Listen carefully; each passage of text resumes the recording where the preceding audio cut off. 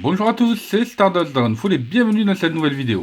Aujourd'hui on va découvrir ensemble la Turbo Sprite S4 de chez Beyblade Burst Turbo en Hasbro.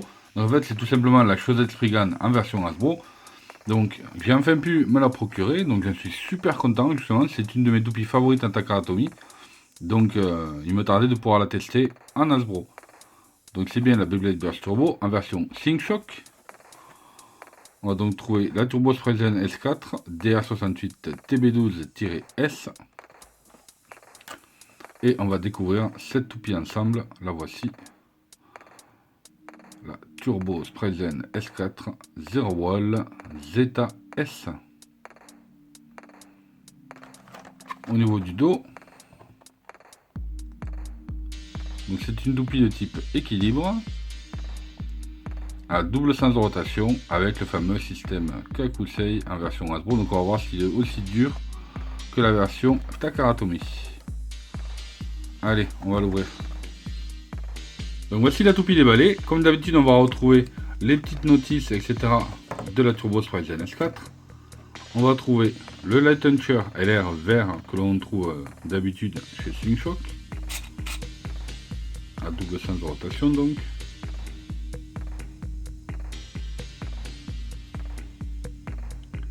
Donc au niveau du layer, je vous présente donc la Turbo Sprite S4.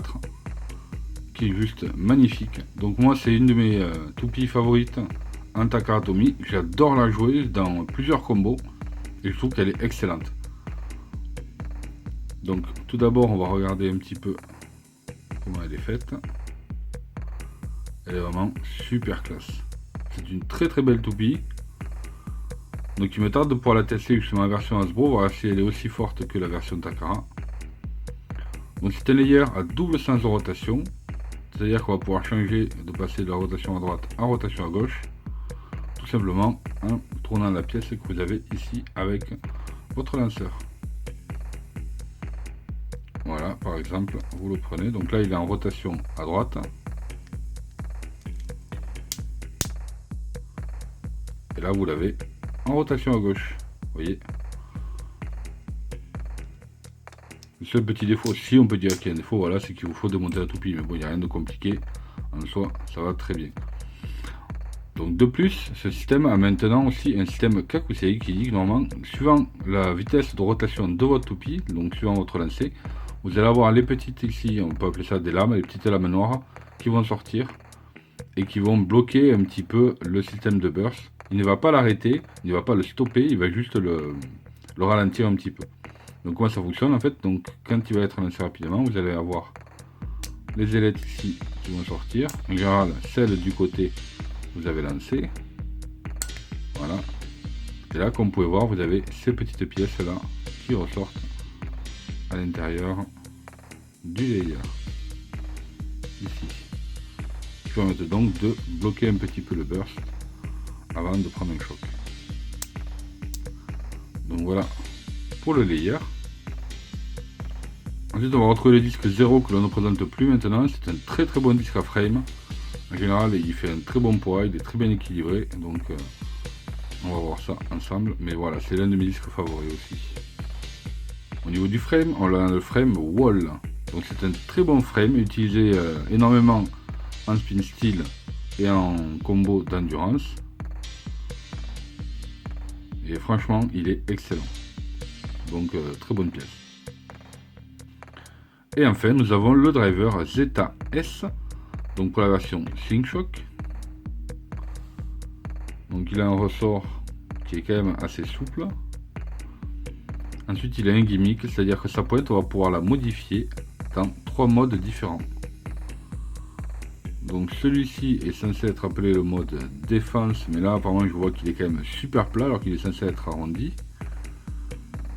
Ensuite on va avoir un mode attaque comme ceci, qui est beaucoup plus plat.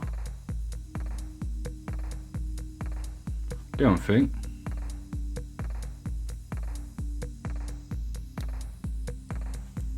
on va avoir un mode qui est dit endurance. Normalement c'est une pointe avec un plat et une toute petite pointe au bout. Donc voilà pour le driver Zeta S. Donc voici la toupie une fois montée.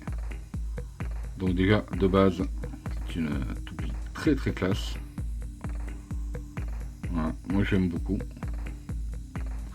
Dites-moi dans les commentaires déjà si vous l'avez et comment vous la trouvez.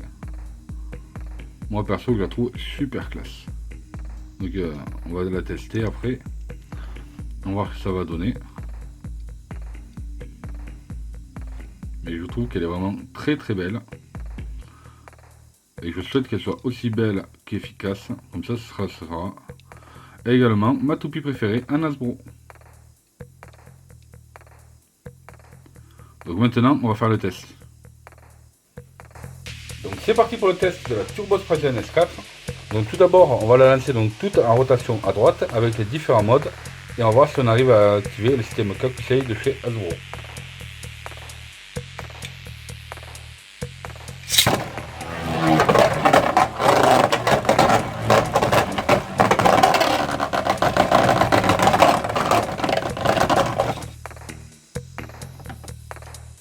Donc ouais, c'est bon, on a pu l'activer.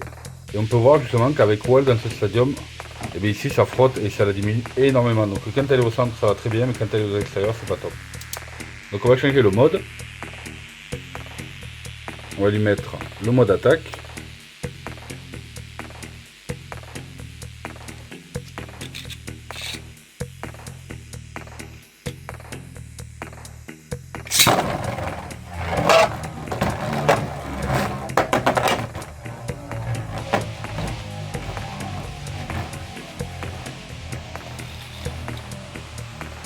Donc voilà, rotation classique. Et on a pu aussi activer encore une fois le système Kakusei. Et on va le tester avec le mode endurance.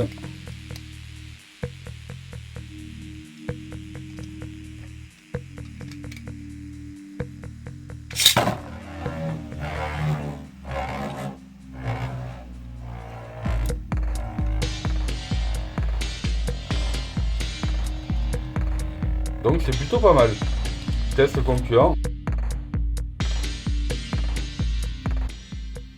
Et voilà, cette vidéo est terminée, donc j'espère qu'elle vous a plu. Si c'est le cas, n'oubliez pas de mettre un big pouce bleu, de vous abonner si ce n'est pas déjà fait en activant les notifications. Et je vous retrouve très bientôt sur la chaîne pour de futures vidéos Beyblade. Salut à tous!